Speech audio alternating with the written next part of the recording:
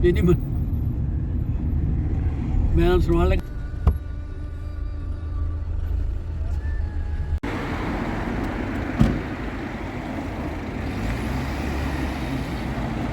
अच्छा जी, आज अंकल के साथ यहाँ जुमा पढ़ने आए हैं, तो इंशाल्लाह कल मेरी लंदन वापसी है। अभी थोड़ी देर बाद आपको एक इंटरव्यू अंकल का स्पेशल दिखाने वाले हैं, तो साथ जुड़े रहें हमारे। अरे जुमा को जल्दी बात है, ठीक है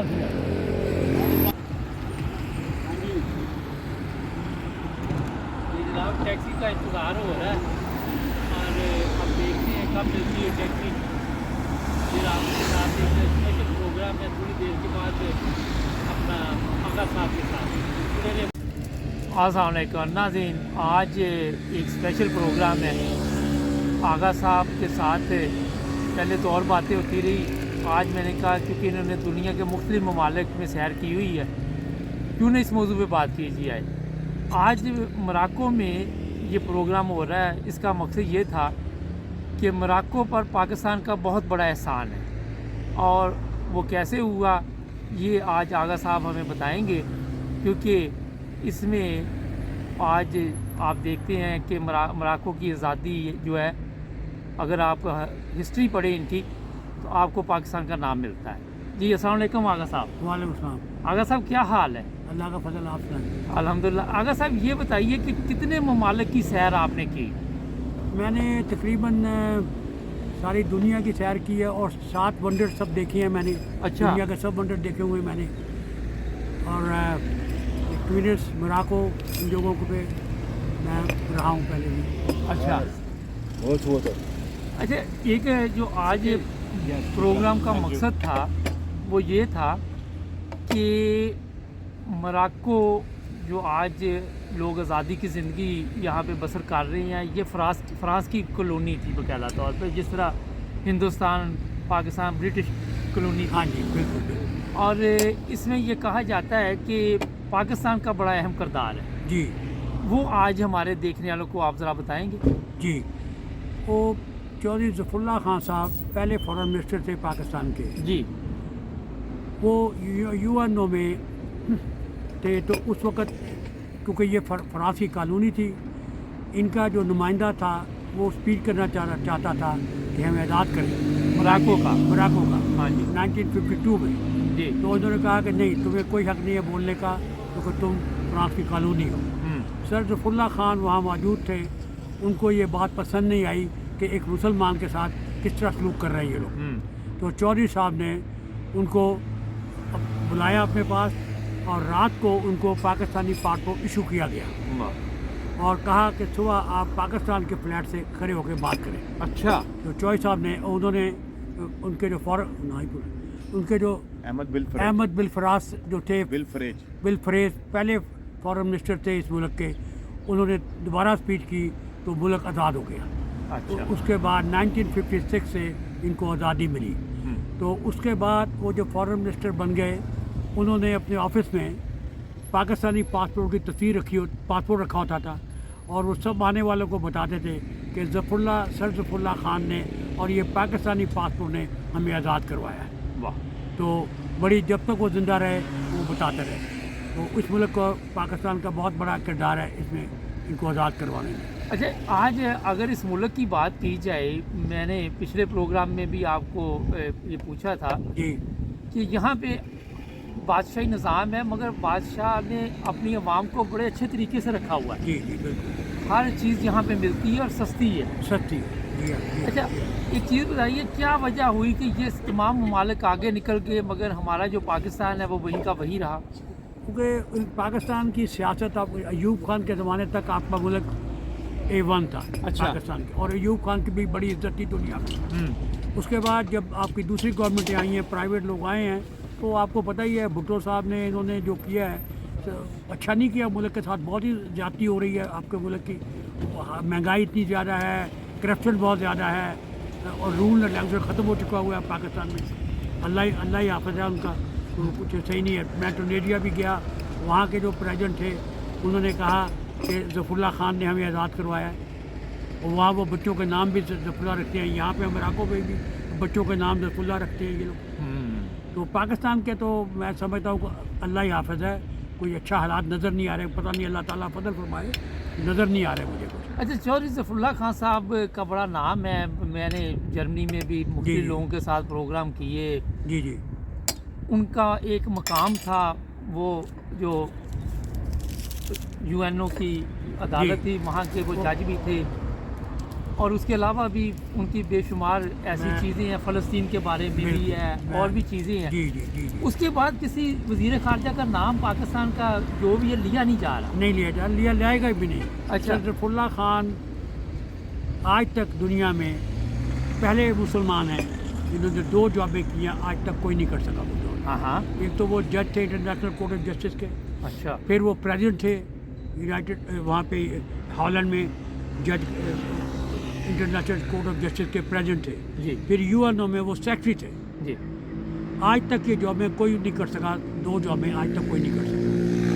अच्छा, बड़ा चौधरी साहब की जो पैदा हुए हैं, उनकी वालदा को ख्वाब आया था कि मेरा बेटा दुनिया का जज बनेगा। अच्छा, हाँ, माशाल्लाह। बिल्कुल। उनकी किताब है माई मदर। अच्छा। अगर कोई आदमी पढ़े वो किताब तो उससे आपको पता चलेगा कि चौधरी साहब के अपने माँ बाप की कितनी खिदमत किया करते थे, और उनकी दुआओं से वो कहते थे कि मैं यहाँ पहुँचा हूँ, अपनी वालदा की दुआओं से। चौधरी साहब के तो इतने वाक़यात हैं। He was very simple man, very very simple man. उनको $56,000 पेंशन मिलती थी, US डॉलर। अच्छा। $56,000। वो $300 रखते थे, बाकी सब चैरिटी देते थे। क्योंकि मैं कनाडा में रहता रहा हूँ बहुत साल, तो कनाडा में अक्सर स्टूडेंट आया करते थे पढ़ने के लिए मैकमास्टर यूनिवर्सिटी में। वो कहते थे हमारी फीसें चौधरी ज़फ़रुल्लाह खान साहब देते हैं, हम कभी मिले भी उनको नहीं आज तक। तो चौधरी साहब की तो बहुत खिदमतें हैं, बहुत खिदमत, उन्होंने बहुत खिदमत की है दुनिया में। जी। अल्लाह ताला उन पर जन्नत नसीब करे उनके लिए। आमीन। अच्छा, मुझे भी एक दोस्त मिले, जी वो कहने लगे कि मैं नमाज जुमा के लिए गया, जी तो मेरे पास आके एक आदमी है, उसने नमाज शुरू कर ली, तो मैंने देखा तो वो चौधरी ज़फ़रुल्लाह खान साहब थे। जी तो मैंने कहा आपको ये आप पहले जगह ले लें, मैं बाद में, उन्होंने कहा नहीं आप पहले आए हैं, हाँ, पहले आए, आपका बिल्कुल। हक क्या पहले ना। बिल्कुल बिल्कुल बिल्कुल। तो कहते कि हमें साफ्त जगह मिल गई, तो उन्हें नीचे मिली, उन्होंने जी, नीचे नमाज पढ़ बिल्कुल ली। बिल्कुल सही है। तो ये सादगी का उनका म्यार था, और भी बेशुमार प्रोग्राम रा- हमने किए, बेशुमार मसाले। अच्छा, अब ये बताइए कि हमारे लोग पाकिस्तानी जो हैं, जी वो दूसरे ममालिक में जाके देखते हैं कि मुल्क कहाँ किसे कहाँ पहुँच गए। आप भी जी, निकले हुए हैं जी, जी, अरसा जी। दराज से, जी जी जी हमने अपने आप को तब्दील क्यों नहीं किया? कोई हमारी हम ईमानदार कौम नहीं है या नहीं क्या? है, वजह यही है कि हम लोग डिसऑनर्ड लोग हैं, हम्म, और हम दूसरे मजहबों को वहाँ पे बहुत तंग करते हैं, पाकिस्तान में स्पेशली। आपके मौलाना जो हैं वो अक्सर जो हैं वो दूसरे मजहब को ऊपर आने नहीं देते, जॉब नहीं देते। वो नहीं, लेकिन मजहब downfall छोड़ है। दे, मजहब एक तरफ नहीं, है। गलत है ना, गलत नहीं होना चाहिए ना। Everybody human being, you have to right to live. अगर आप नेशनल उस मुल्क के, तो आपको भी वही राइट है जो मेरे हैं। One should be like that. ये तरक्की मुल्क इसलिए कर गए हैं कि ये मजहब के मामले में दखल नहीं देते। अमेरिका, कनाडा, जर्मनी, यूरोप, वो कहते हैं काम करो 8 घंटे अपने घर चले जाओ। हाँ, हैं, बिल्कुल। हमें कोई मदद से तल्लुक नहीं है, और ये इसलिए वो तरक्की याफ्ता कौमें हैं, और और हम- दे आर ऑनेस्ट है। हम कहते हैं घर ना चले जाओ, हाँ। दूसरे के काम में टांग अड़ाओ। टांग अड़ाओ। हमारा काम है कि दूसरे के काम को खराबी करो, तो मतलब ये गलत है। हम लोगों में ये चेंज पैदा होना चाहिए, और then we can successful in this world, अगर हम कोशिश करें तो। जी। मगर बड़ा समझ नहीं आती पाकिस्तान का, तो बड़े कब किए आप आखिरी दफ़ा पाकिस्तान कब गए? मुझे काफ़ी 10-15 साल हो गए हैं। अच्छा, मैं नहीं गया। तबीयत खुश होती जाके वहाँ? नहीं, मैं दोस्त बहुत उन्होंने रोक के लूट लिया क्यों? मुझसे। मैं घर जा रहा था तो मोटरसाइकिल पर लड़का आया, अंकल अंकल, मैंने कहा हाँ भाई। कहते अंकल ये एड्रेस बताएं। मैंने कहा यार मुझे पता नहीं है, मुझे पेट्रोल लगा दी आप। अच्छा। कहता निकाल दें सब कुछ। तो मैंने कहा ये जेब ये लो। उन्होंने निकाले पैसे, और छोटा सा मेरे पास फ़ोन था। कहते अंकल ये आपने क्या रखा हुआ? अच्छा। मैंने उसे वापस डाली। कहता ये नहीं मुझे चाहिए, तो चला गया।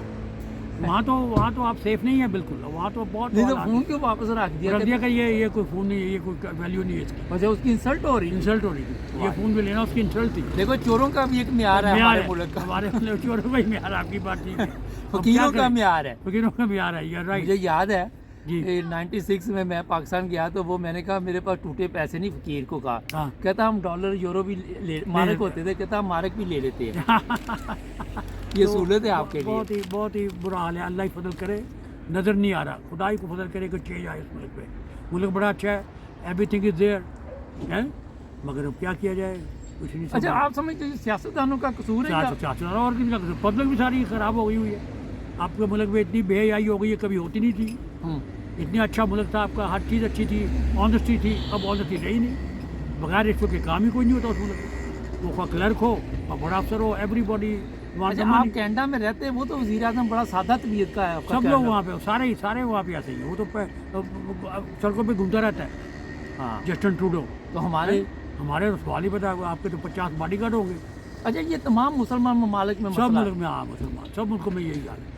अब मैं बादशाह को मिलने गया था यहाँ पे। हाँ, ये बताइए किस्सा हाँ, ज़रा। मैंने चौधरी साहब की किताबें गिफ्ट देनी थी। चौधरी साहब ने बड़ी किताबें लिखी हैं। अच्छा उनकी एक किताब है दी से नेमत, जी। उसमें बड़ी जिक्र है सब मुल्कों का। उसके बाद उसने लिखी थी इस्लाम, उसने लिखी थी इस्लाम एंड ह्यूमन राइट्स, अच्छा, और मेरी वालदा। ये सब किताबें मैं बादशाह को मिलने गया देने के लिए। पिछले हफ्ते। पिछले हफ्ते मैंने ख़त लिखा था उनको कि मैं एसेट में मिलना चाहता हूँ, ये गिफ्ट देना चाहता हूँ। अच्छा, तो मैं गया पिछले हफ्ते मिलने के कितने लिए। किलोमीटर गए आप?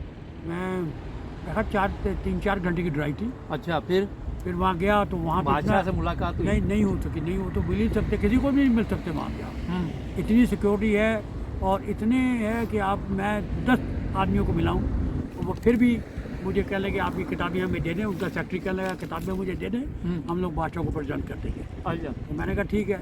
मेरे पास और कुछ गिफ्ट था, मैं एक बड़े स्पेशल कप लिंक थे, वो मैं बादशाह को गिफ्ट देना कर चाहता था। और एक कनाडा की एक चीज़ है, उसका नाम है मेपल सिरप। अच्छा वो दरख्त है मेपल का, उससे सिरप निकलता है, जी। वो एक काइंड इन द वर्ल्ड। तो वो मैं गिफ्ट लेके गया। मैं वापस आ रहा था तो मेरा ख्याल है कोई आधा पौना घंटे का सफ़र कर चुका था। तो उन्होंने मुझे फ़ोन किया कि आप वापस आए। अच्छा। मैं वापस गया, कह लगे ये गिफ्ट आप वापस ले आए, ये हम नहीं देंगे बादशाह, अच्छा, क्योंकि आपने इस खत में जिक्र नहीं किया। मैंने कहा अच्छा मैं वापस ले आया। सख्ती बहुत ज़्यादा है, बहुत ज़्यादा इनका मतलब ये क्राइम नहीं है इस मुल्क में। अच्छा, ये क्राइम नहीं होने की बड़े वजह ये- आज मैं आपको बता देता हूँ। मैंने इस पे पता किया। जी। होता ये है कि जो भी बंदा एयरपोर्ट पे आता है उसको वहाँ पे एक एड्रेस दिया जाता है, चाहे डाल देंगे वहाँ एड्रेस। जब जी। आप दे देते हैं तो फिर जहाँ आके आपने रहना है वहाँ का भी एड्रेस देना पड़ता है। जिसके पास रह रहे हैं, होटल है या कोई प्राइवेट रहाइश है, जी तो वो पुलिस को बताना पड़ता है कि मैं यहाँ पे रह रहा हूँ। जी ऐसे ही? जी जी बिल्कुल और जी फिर आप अगर रहाइश तब्दील करते हैं जी तो जिसके घर रह रहे हैं उसने इतला करनी है कि ये यहाँ से यहाँ चले गए चलेंगे। साहब। हाँ, जी जी बिल्कुल। फिर आप जहाँ पे गए हैं वहाँ का आपको रजिस्ट्रेशन करानी पड़ती, वरना पुलिस घर आ जाएगी और जी। फिर वो पूछेगी कि आपने बताया कोई नहीं। जी जी जुर्माना कोई नहीं है, नहीं मगर जुर्माना नहीं है, हैं? ये इंफॉर्मेशन इन्फॉर्मेशन है, मगर वो अखलाकी तौर पे बड़े अच्छे तरीके से बड़े। हाँ बोलते नहीं हैं। नहीं अच्छे तरीके से बोलते हैं। डिटेक्टिव होते हैं, पुलिस नहीं प्राइवेट कपड़ों में आते हैं। अच्छा मेरे आए हैं जहाँ मैं मूव हुआ हूँ, अच्छा, वो आए तो उन्होंने कहा जी अपने बताएं ज़रा क्या वाक़या, ताकि लोग जो हैं उनको पता रहे ना। तो मैं दोस्त के पास ठहरा हुआ था, व्हाट्सअप के पास। तो वहाँ से मैं दूसरी का मूव हुआ तो 2 दिन 3 बार वो पुलिस वाला आ गया, डिटेक्टिव। तो वो जिनके घर में ठहरा हुआ था उन्होंने पूछा क्या बात है, कहने लगे आपका पास यहाँ आदमी ठहरा है। उन्होंने कहाँ ठहरा? मैं नीचे आया तो उससे 2 दिन पहले मैं उनकी बेटी को लेके पुलिस स्टेशन गया था। वहाँ मैंने रजिस्ट्रेशन करवा दी थी। अच्छा तो वो मेरे पास काफ़ी थी रजिस्ट्रेशन की। अच्छा तो वो पुलिस वाला आया, मैंने उससे काफ़ी दिखा दी। उसने कहा ठीक है। बस वो चाहिए। कार्रवाई की उसने अच्छा। करके तो चला गया। फादर नहीं करते, लेकिन हर बंदे पे नज़र है हर बड़े बड़े। और इसी वजह से यहाँ की पुलिस के पास से कोई असला नहीं है, अवाम के पास भी असला नहीं है। हमारे तो पाकिस्तान में पुलिस के पास वो असला नहीं है हाँ। जो अवाम के पास है। नहीं यहाँ कितनी बात नहीं, अगर आपसे गन निकलाएगी आप फिनिश, आपको दोबारा मिलेगा नहीं कोई भी। हाँ, बहुत सख्ती है, और पानी पी लो। क्राइम ही नहीं है, क्राइम नहीं है यहाँ पे, मुझे भी बहुत कोई क्राइम नहीं है। आप पुलिस की गाड़ी नहीं देखते कोई भी, हाँ, मुझे नज़र नहीं आप आती पुलिस नहीं देखते कहीं भी। कहीं नज़र नहीं आती, सिर्फ सिटी वगैरह में है। बड़ा इंतजाम है इनका, बड़ा अच्छा है। हाँ जी, ये लोग बड़े, और महंगा नहीं है, सस्ता है मुल्क, सस्ती चीज़ें हैं यहाँ पे। और सफाई बहुत है, सफाई बहुत है, वेदर यूरोप बहुत की अच्छा तरह है। सफाई है। हाँ वेदर बहुत अच्छा है। हाँ, मौसम बहुत है मौसम जनाब, सर्दियों में आशिकाना है। आज- अंकल को तो मौसम आशिकाना रास आ गया। बिल्कुल बिल्कुल सही मौसम है, बेहतरीन फर्स्ट क्लास।